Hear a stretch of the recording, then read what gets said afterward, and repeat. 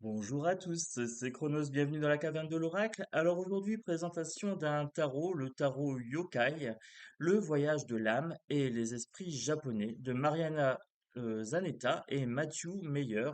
Donc 78 cartes, un livret de 180 pages, une boîte en cloche, c'est rose, c'est un petit peu girly. Vous avez un petit peu de dorure ici sur l'avant, vous avez des dorures un petit peu sur le côté ici, voilà.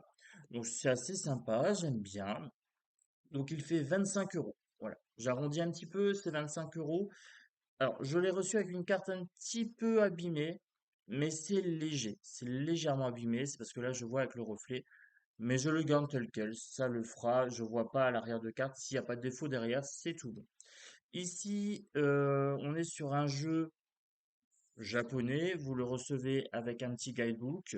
Le guidebook, par contre, j'apprécie beaucoup. Il est en couleur. Le papier, ça fait penser un petit peu au papier de soie. Alors là, on a une matière qui fait un petit peu japonaise. Donc là, j'aime bien. Ensuite, on a la carte ici sur le côté, illustrée en couleur. Vous avez la légende ici. Vous avez à l'endroit, à l'envers, avec des mots-clés. C'est topissime. Donc même pour débutants, ce jeu-là, je valide. Le seul bémol de ce jeu, je vous dirais, c'est la qualité des cartes. Pour un tarot, 25 euros, c'est un prix normal. Le format, c'est un grand format. Les tranches sont blanches, donc ça, je valide. Par contre, je les trouve un petit peu fines. Voilà. Je vous avouerai que c'est un petit peu fin. Et là, j'ai ici, pour moi, une carte qui est un petit peu abîmée. Donc voilà. En termes de qualité, du coup, sur 10, je dirais 7. 7 sur 10. Voilà. C'est quand même une bonne note. Mais j'aurais aimé un 10 sur 10 pour ce jeu-là. J'aurais aimé un jeu qui peps, même quitte à payer un peu plus cher, le payer 30 euros, mais avoir une bonne qualité de carte, j'aurais bien aimé, parce qu'il est vraiment très très sympa. Allez. Donc on le reçoit avec le petit pochon rose. C'est so girly, j'aime bien. Le girly en moi se réveille là, hein. Pour le coup, c'est rose bonbon. La matière, par contre, est très très sympa. C'est une sorte de coton, de lin, je sais pas. Matière assez douce. Donc on voit quand même qu'il y a une volonté d'apporter de la douceur dans le jeu. Dans le pochon et au niveau du papier, ici. Le papier est vraiment sympa. J'ai feuilleté vite fait dans le métro. Ah, vous savez comment je fonctionne, hein. Dès que j'ai une pépite, il faut que je m'y mette, hein. Donc, vous avez une introduction avec un sommaire, approche des arcanes, disposition des cartes, notes de lecture, arcane majeur, arcane mineur. Donc, les coupes, le germe de l'émotion, les deniers, le germe du bien-être, les épées, le germe de l'intellect, le bâton, le germe de la créativité, les arcanes majeures, le voyage du héros. Et ensuite, vous avez une petite note sur les auteurs. Voilà. Donc, si on regarde à l'intérieur, vous avez une introduction. C'est très, très sympa, hein. Alors, franchement, ce livre, rien que pour le plaisir des yeux, déjà, moi, je le prends et je le feuillette. C'est obligé. Donc, moi, j'ai commencé à le lire. Ici, l'approche des arcanes. As, le commencement. 2, l'équilibre, le choix. 3, le mouvement. Donc, vous avez ici chaque figure et chaque chiffre avec un mot-clé. Donc ça, c'est assez sympa, j'aime bien.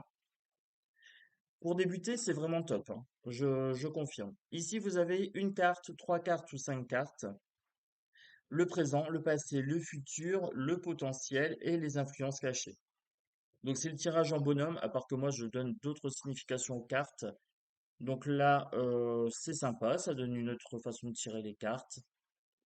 Ensuite, vous avez une note de lecture. On vous explique les termes. Donc ici, vous avez un lexique, un glossaire. Donc le katana, sabre typique utilisé pour les combattants, notamment les samouraïs. Un kitsune, dans le folklore japonais, c'est un renard surnaturel qui peut prendre forme humaine et utilise souvent ses pouvoirs magiques pour duper les êtres humains, etc. Donc là, je vous laisse des surprises, hein, je vais pas tout vous spoiler quand même. Euh, alors, ensuite, on attaque. Je vous ai dit, les cartes sont très très bien définies. Ça, je valide. Pour le débutant, c'est vraiment top. Moi, je déplore juste la qualité de cartes. Ce sera le seul bémol du jeu. On va se faire une présentation des cartes. Je vais tirer une carte et je vous lirai comment c'est présenté. Vous allez voir, c'est très très bien présenté. On est parti. Les cartes sont de couleur assez douce. Moi, j'aime bien. On dirait des aquarelles japonaises, donc ça, c'est top. Les personnages sont attachants. et en même temps dépaysant. Voilà, là on voyage vraiment au Japon. Vous avez la carte du fou, vous avez la signification ici en japonais, donc ça c'est très très bien. Vous avez le numéro en haut. Donc là, la carte du fou n'a pas de numéro. Ça, je valide. Je préfère un fou qui n'a pas de numéro, moi. Donc là, je valide. Le magicien, regardez ces dessins, ils sont simplement magnifiques. L'arrière de carte, très très beau. Alors, par contre, j'ai un souci, l'arrière de carte n'est pas réversible. Voilà, donc là, j'ai bien des cartes qui peuvent être tirées à l'endroit à l'envers dans le livre, mais mon arrière de carte ne me permet pas de le faire sans savoir si la carte est à l'endroit ou à l'envers. Là, j'ai le petit bémol. Après, c'est pas grave, hein. On peut faire avec. Voilà. Donc là, le jeu est simplement magnifique. J'ai l'impression d'avoir un livre japonais entre les mains. Donc pour ça, je valide, hein, ça me fait voyager. Allez, maintenant, je vous laisse profiter des estampes tranquillement et on se fait un petit tirage à la fin. On se tire une carte et je vous lis la carte. Voilà. Là, vous avez les amoureux, le chariot, la force, l'ermite, la roue de fortune, la justice, le pendu. J'aime beaucoup cette carte du pendu, avec ce petit fantôme, ce petit spectre derrière. La carte de la mort. Alors, elle est un petit peu glauque, mais j'aime bien. C'est mon côté d'art. Eh oui. La tempérance, le diable. Alors, le diable ici est assez, somme toute, sympathique. Voilà. J'avoue. Et alors là, ce que j'aime bien, c'est qu'on n'a pas mis un homme. Bah oui, le diable, c'est toujours soit un homme, soit un démon. Et bien là, on a mis une femme, mesdames. Et oui, il faut changer un petit peu, hein. Égalité homme-femme, le démon peut aussi être une demoiselle. La carte de la tour, ici. Donc là, je retrouve les flammes. Ça, j'aime bien. La carte de l'étoile. La carte de la lune. Elle est magnifique, celle-ci. J'aime bien. Je valide. La carte du soleil, avec un corbeau. Je valide encore plus. Ah, je découvre le jeu avec vous, les amis. J'ai feuilleté le bouquin hier, mais vite fait. La carte du jugement, très très belle aussi. Ah, mais ce jeu nous fait voyager, hein, pour le coup. La carte du monde. On passe sur les coupes. Alors là, avec le tigre géant, ouais, je suis amoureux. J'avoue, je suis amoureux. Mais j'ai le cœur tout doux, moi, avec les cartes, hein, vous le savez. Là, je l'aime, cette carte. Ça y est, je suis amoureux. Mon as de coupe, je valide. Le 2 de coupe. Du coup, je suis pressé de voir les autres as, parce que je pense que ça va être des pépites. Le 3 de coupe, avec cette sorte de troll. Le 4 de coupe, avec la porte. Donc là, on a bien une stabilité. Ici, 5 de coupe, avec cet arbre fantôme. Donc, dans l'esprit japonais, les objets peuvent être habités. Hop. 6 de coupe. Plus vous utilisez vos objets et plus ils acquièrent une âme, une énergie. C'est un petit peu le principe ici de ce jeu. 6 de coupe. D'ailleurs, j'ai vu qu'il nous conseillait de dormir avec. Je me dis, tiens, je me sens moins seul. Je me sens moins seul, oui, il n'y a pas que moi qui dors avec mes tarots. Tout va bien. Alors, 7 de coupe. Alors, le 7 de coupe est un peu flippant, j'avoue. C'est étrange comme carte. Le 8 de coupe. Alors ici, j'ai l'impression d'une maison en délabrement. Elle en a marre. Vous voyez, c'est pas entretenu là. Et là, si on connaît bien les coutumes japonaises, normalement, ça s'est changé une fois par an. Donc là, on me dit qu'il y a quelque chose qui n'est pas entretenu et du coup, on s'en va comme si on avait laissé quelque chose à l'abandon sur cette carte-là. Le 9 de coupe, le 10 de coupe, hop, le valet. Alors celle-ci, j'aime pas, je la trouve pas terrible. Mais après, c'est une question de subjectivité, bien sûr. Celle-ci, j'aime beaucoup. Cavalier de coupe, la reine de coupe, avec, avec la tête de Smiley. Et le roi de coupe ici, on a une sorte de dragon aquatique. Très très sympa, celle-ci, j'aime bien. Ça me change des sirènes. Je suis pas fan des sirènes. Là, je valide pour mon roi de coupe. Tonton Chronos y valide. Alors, l'as de denier, l'as de denier. Alors, on avait un tigre tout à l'heure, là, on a un phénix. Alors, choix étrange. Pourquoi un phénix avec l'as de denier? J'aurais plutôt mis ça en bâton. Pourquoi pas? J'irai voir dans le livre, hein. Là, pour le coup, le livre, ça vaut le coup de le lire, mais de A à Z. Le 2 de denier. Alors, celle-ci est un peu étrange aussi, voilà. Le 3 de denier. Alors, celle-ci me fait flipper. On dirait moi, en fait, mon ventre a une personnalité qui lui est propre. Manger, manger. Alors, le 4 de denier. 5 de denier. Alors, le 5 de denier, j'aime bien. Voilà, ça me montre une certaine sorte de fourberie, je sais pas, c'est assez étrange. Euh, Comme s'il y avait un danger, mais caché par les... Alors, c'est comme si nous, on arrivait de l'autre côté. On voit une femme avec une sorte de bébé, normalement, c'est ce qu'on apparaît. Mais est-ce que ça serait pas un leurre? Voilà, je me pose la question parce que en bas, il y a le serpent, et je me dis que c'est peut-être pour attirer le manant qui passe. Donc là, je parlerai d'une fourberie. Mais pour un 5 de denier, c'est assez étrange. Le 6 de denier, alors celle-ci est glauquissime. Voilà. Donc c'est un jeu quand même en énergie, il peut être assez cash quand même, hein. 6 de denier, normalement le 6 de denier, il me semble que c'est la générosité, il me semble, si mes connaissances sont bonnes. Et là, c'est comme s'ils avaient mangé quelqu'un et qui dit, tiens, je te partage. C'est un petit peu étrange, hein. Le 7 de denier,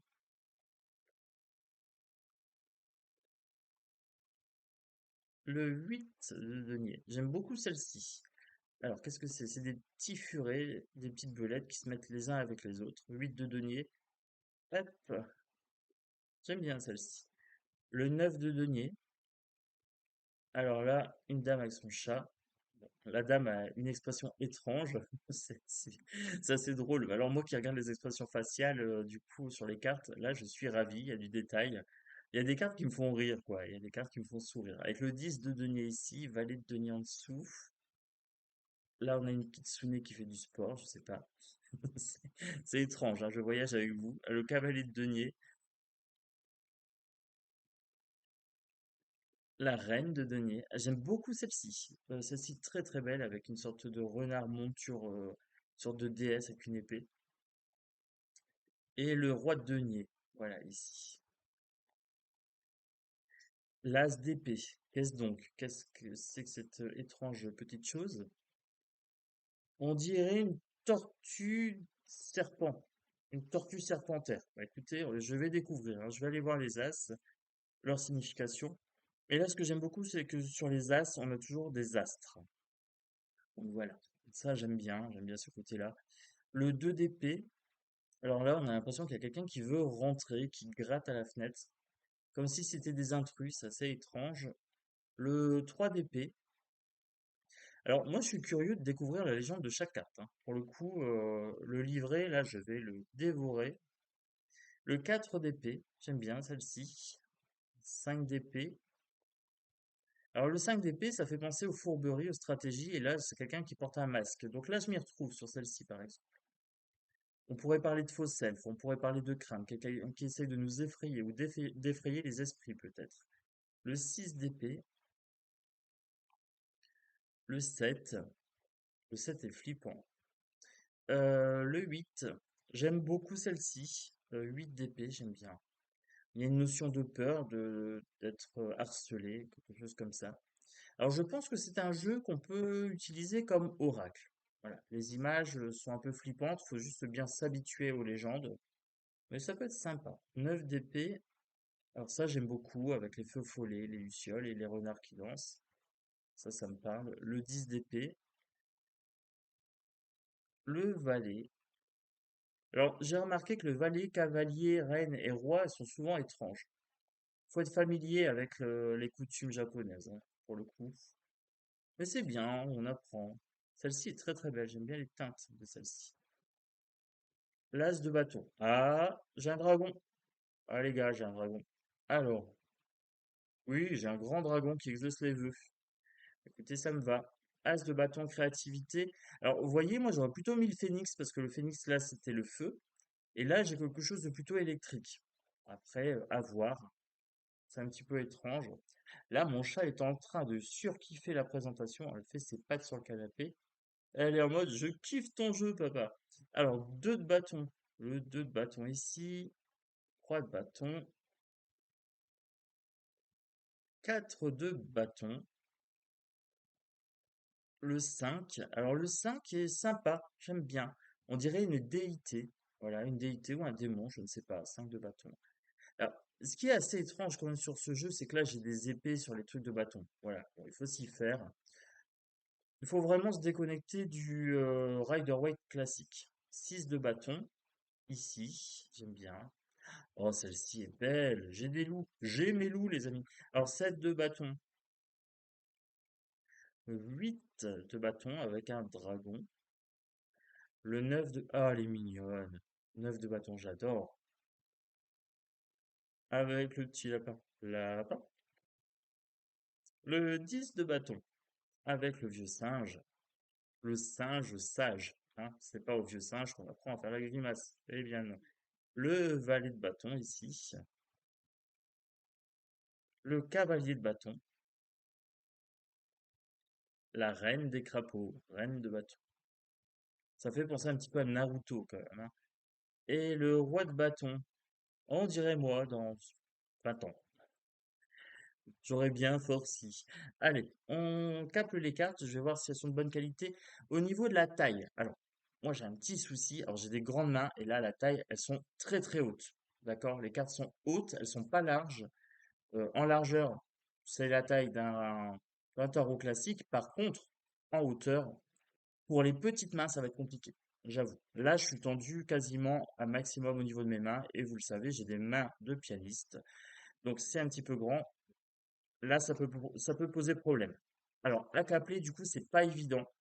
Elles sont fines. Là, j'ai un souci de finesse. Quand je caple, elles se courbent. Vous voyez, regardez.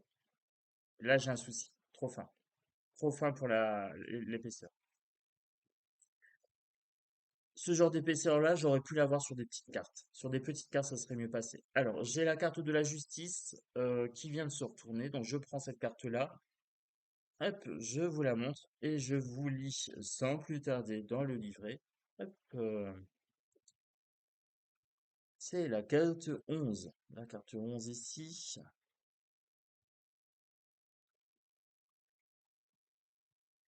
Donc, alors je dirais Kirin, animal doux. Le Kirin ressemble à un cerf avec des écailles de dragon.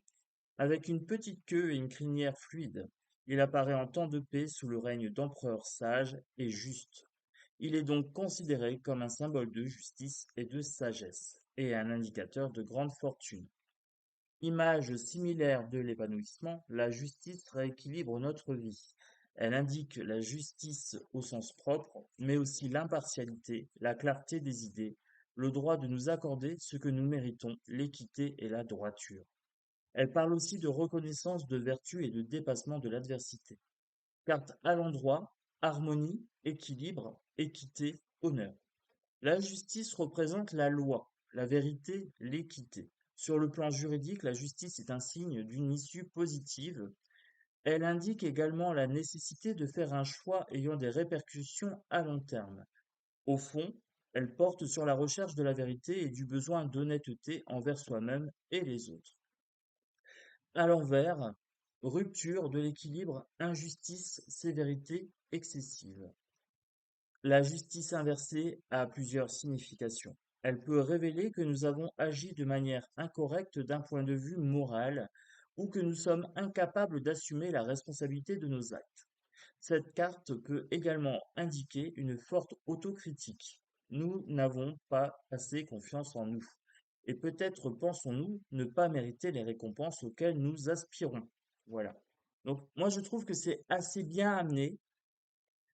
Mais là, moi, mon souci, très très honnêtement avec vous, c'est que ma carte, si elle est à l'endroit à l'envers, déjà je le sais. Donc ça me pose problème. De deux, la qualité des cartes profile à mon goût. Par contre, c'est un jeu de collection, c'est un jeu qu'on peut avoir pour la collection. À l'usage, je pense que je vais avoir un petit peu de mal à cause de la taille des cartes. Voilà. Si elles avaient été un batch plus petite, à peu près Je dirais entre 1 centimètre plus petite, ça aurait été plus confortable. Voilà. Mais sinon, c'est un très très bon jeu. Donc voilà, par honnêteté, je mettrai un 7 sur 10 pour ce jeu-là. Voilà. 7 sur 10. Oui, c'est mon côté perfectionniste. J'ai pas mal de jeux. 7 sur 10 pour celui-ci. Donc j'espère que cette présentation vous a plu. Moi, j'ai pris quand même beaucoup de plaisir à vous le présenter. Il est très très beau. Les images sont magnifiques. Donc ça, c'est un plaisir pour les yeux. Donc si ça vous a plu, ben, mettez le petit pouce, abonnez-vous, likez, partagez, commentez. Moi, j'ai toujours hâte de vous lire. Puis je vous dis à très très bientôt. Donc demain on est jeudi, ça sera pour un tirage, le petit tirage du jeudi, et le vendredi l'amour, le samedi le multicolore. Et après c'est le week-end, au brunch les amis, hein. Voilà. Donc je vous souhaite une belle journée et je vous dis à bientôt sur la caverne de l'oracle. Ciao ciao.